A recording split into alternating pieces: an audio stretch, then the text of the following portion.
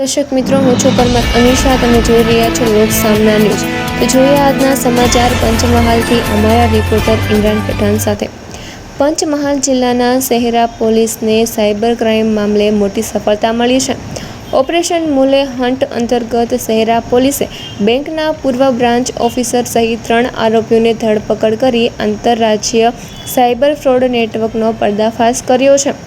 ગુજરાત રાજ્યમાં સાયબર ગુનાઓ માટે ઉપયોગમાં લેવાતા ડમી અને બેનામી મ્યુલ એકાઉન્ટ ચલાવતી ગેંગ વિરુદ્ધ શહેરા પોલીસે કડક કાર્યવાહી હાથ ધરી છે. શહેરા પોલીસ દ્વારા ભારત સરકારના ઇન્ડિયન સાયબર ક્રાઇમ કોઓર્ડિનેશન સેન્ટરના સમન્વય પોર્ટલ તથા ગાંધીનગર સ્થિત સાયબર સેન્ટર ઓફ એક્સિલન્સ પાસેથી પ્રાપ્ત માહિતીના આધારે અલગ અલગ ટીમો બનાવી તપાસ શરૂ કરવામાં આવી હતી.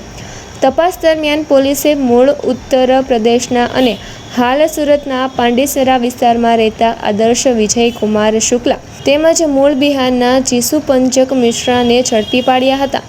આરોપીઓને પૂછપરછ દરમિયાન શહેરા પીડીસી બેંકના પૂર્વ બ્રાન્ચ ઓફિસર સપન ઘનશ્યામભાઈ પરીખની સંડોવણી સામે આવી હતી. જાણવા મળ્યું કે તેમણે અગાઉ બેંક દ્વારા બરતરફ કરવામાં આવ્યા હતા. પોલીસે તેમની ધરપકડ કરી કાયદેસરની કાર્યવાહી હાથ ધરી છે. પ્રાથમિક તપાસમાં ખુલ્યું છે કે સુરતના અલગ અલગ 4 વ્યક્તિઓના નામે શહેરાની પીડીસી બેંકમાં ખાતાઓ ખોલવામાં આવ્યા હતા અને માત્ર 30 થી 35 દિવસમાં ટૂંક ગાળામાં અંદાજે રૂપિયા 3.27 કરોડના ટ્રાન્ઝેક્શન કરવામાં આવ્યા હતા. વધુ તપાસ દરમિયાન ગુજરાત પોલીસની મૂલે હન્ટ ડ્રાઈવ હેઠળ રાજ્યભરમાં ચાલી રહેલા 804 કરોડથી વધુના સાયબર કૌભાંડ સાથે પણ આ નેટવર્ક જોડાયેલું હોવાનું સામે આવ્યું છે.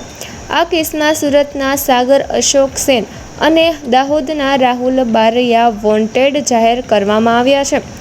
આ 4 ખાતાઓ પૈકીના એક ખાતાના ટ્રાન્ઝેક્શન બાબતે કેરળ રાજ્યમાં પર છેતરપિંડી અને આઈટી એક્ટ હેઠળ ગુનો નોંધાયેલો હોવાનું સામે આવ્યું છે, જેના અંગે કેરળ પોલીસને જાણ કરવામાં આવી છે. હાલ શહેરા પોલીસે ત્રણેય આરોપીઓના રિમાન્ડ મેળવી સમગ્ર આંતરરાજ્ય રેકેટના મૂળ સુધી પહોંચવા વધુ તપાસ હાથ ધરી છે. તો ફરી મળીશું એક નવા સમાચાર સાથે. ત્યાં સુધી જોતા રહો લોક સામના ન્યૂઝ.